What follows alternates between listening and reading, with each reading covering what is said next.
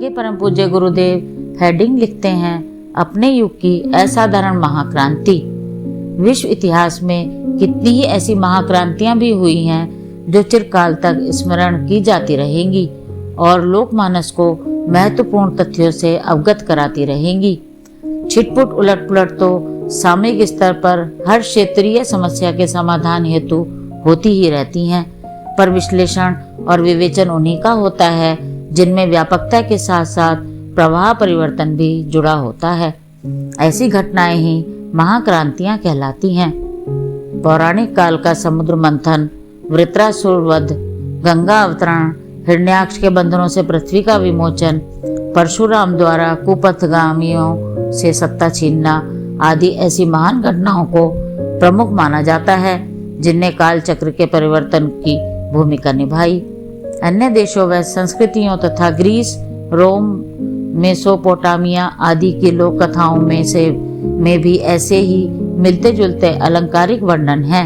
यदि वे सब सही हैं तो मानना होगा कि महाक्रांतियों का सिलसिला चिर पुरातन है। इतिहास काल में भी कुछ बड़े शक्तिशाली परिवर्तन हुए हैं जिनमें रामायण प्रसंग, महाभारत आयोजन और बुद्ध के धर्म चक्र प्रवर्तन प्रमुख हैं। लंका कांड के उपरांत राम राज्य के साथ सतयुग की वापसी संभव हुई। महाभारत काल के उपरांत भारत का विशाल भारत महान भारत बनाने का लक्ष्य पूरा हुआ। बुद्ध के धर्म चक्र प्रवर्तन से तत्कालीन व विचार क्रांति संपन्न हुई, जिसकी चिंगारियों ने अगणित क्षेत्रों के अगणित प्रसंगों को ऊर्जा और आभा से भर दिया। वह दावानल अनेक मंचों, धर्म संप्रदायों, संतों, समाज सुधारकों और शहीदों के रूप में पिछली शताब्दी तक अपनी परंपरा को विभिन्न रूपों में कायम रखे रहा। प्रजातंत्र और साम्यवाद की सशक्त नई विचारना इस प्रकार उभरी जिसने लगभग समूची विश्व सुधा को आंदोलित करके रख दिया। पिछली क्रांतियों के संदर्भ में इतने ही संकेत पर्याप्त होने चाहिए जिनसे सिद्ध होता है कि मनीषा जब भी आदर्शवादी ऊर्जा से अनुप्राणित होती है तो अनेक सहचरों को खींच बुलाती है और वह कार्य कर दिखाती है जिसे आमतौर से मानवीय कहना गले न उतरने पर दैवी अनुग्रह की संज्ञा दी जाती है। पुरातन कालों के ऐसे झांझावातों को अवतार की संज्ञा देकर संतोष कर लिया जाता है।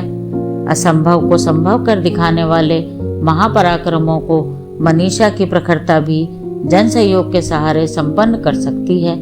इसे सामान्य स्तर का जन समुदाय स्वीकार भी तो नहीं करता।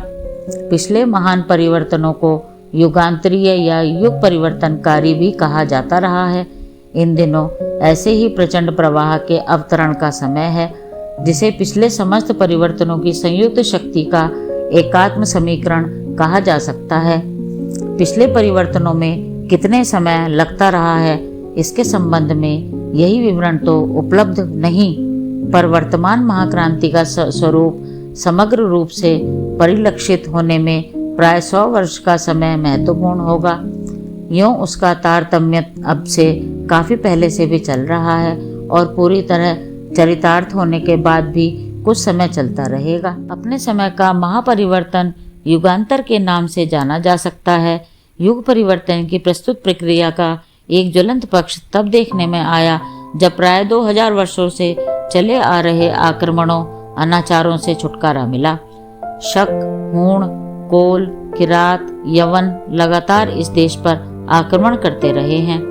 यहाँ का वैभव बुरी तरह लुटता रहा है। विपन्नता ने इतना पराक्रम भी शेष नहीं रहने दिया था कि आक्रांताओं को उल्टे पैरों लौटाया जा सके। फिर भी महाक्रांति ने अपना स्वरूप प्रकट किया।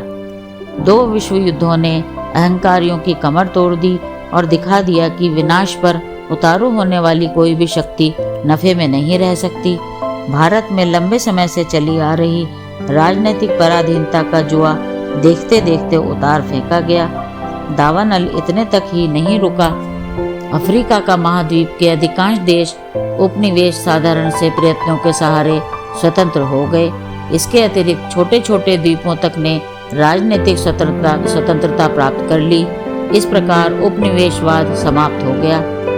इस बीच सामाजिक क्रांति किसी क्षेत्र विशेष तक सीमित नहीं रही, वरन उसने समस्त विश्व को प्रभावित किया। दास दासियों की लूट खसोट और खरीद फरोख्त वहां बंद हुई। इतने पुराने प्रचलन को इतनी तेजी से उखाड़ना संभव हुआ मानो किसी बड़े तूफान ने सब कुछ उलट पलट करके रख दिया हो। राजतंत्र का संसार भर में बोलबाला था। सामंतों की सर्वत्र तूती बोलती थी। अमीर, उमराव और जमींदार ही छत्रप बने हुए थे।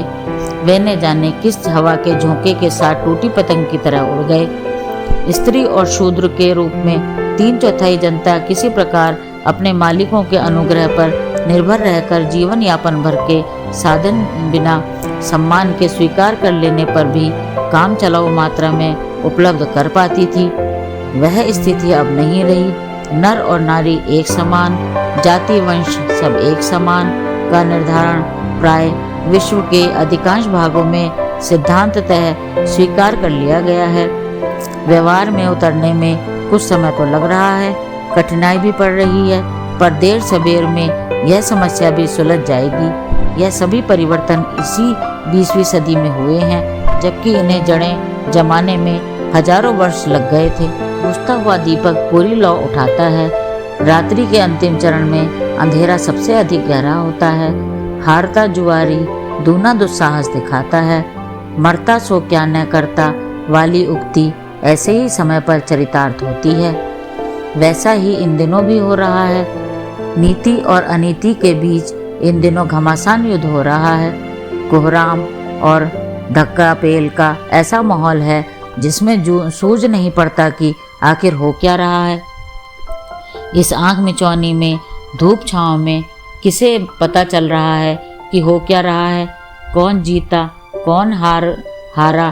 कितने इतने पर भी तो जो दृश्य अदृश्य को देख सकते हैं, वे सुनिश्चित आधारों के सहारे विश्वास करते हैं कि सृजन ही जीतेगा, विजय सत्य की ही होनी है, उज्जवल भविष्य का दिनमान उदय होकर ही रहना है और आंखों को धोखे में डालने वाला तम सुनिश्चित रूप से मिटना है।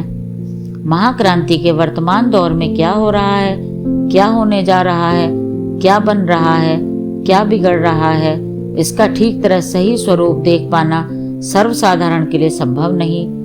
दो पहलवान जब अखाड़े में लड़ते हैं तो दर्शकों को ठीक तरह पता नहीं चल पाता कि कौन हार रहा है और कौन जीत रहा है, पर यह असमंजस अधिक समय नहीं रहता।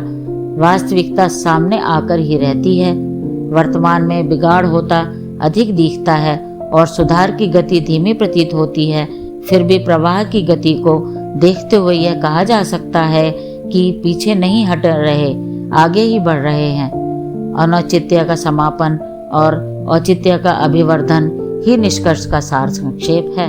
भविष्य का एकदम सुनिश्चित निर्धारण तो नहीं हो सकता, क्योंकि मनुष्य अपने भाग्य का निर्माता आप है।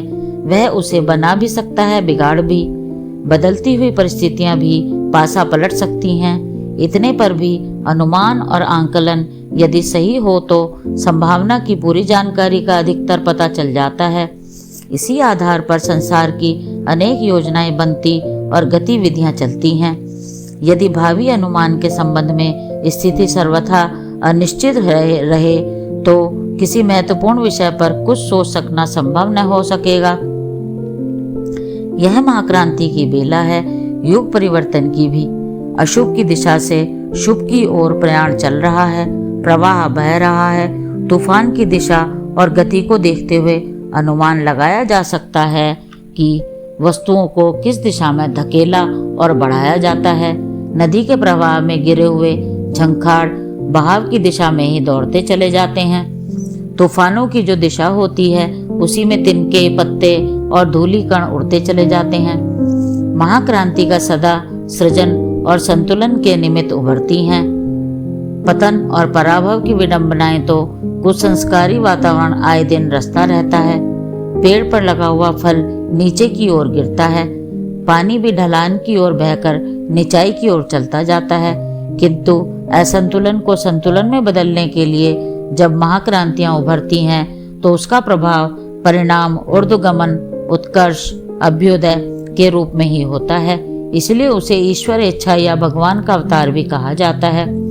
उस उभार को देखते हुए यह विश्वास किया जा सकता है कि भविष्य उज्जवल है। हम सब शांति और प्रगति के लक्ष्य की दिशा में चल रहे हैं और उसे प्राप्त करके भी रहेंगे। परम पूज्य गुरुदेव लिखते हैं, कार्य को वचन के अनुसार बनाओ और वचन को कार्य के अनुसार, दोनों में फर्क न पड़े। परम पूज्य गुरुदेव के क्रांतिधर्मी साहित्य की आगे की वीडियो देखने के लिए कृपया लाइक करें, सब्सक्राइब करें तथा हमारी नई वीडियो देखने के लिए बेल आइकन दबाएं। धन्यवाद।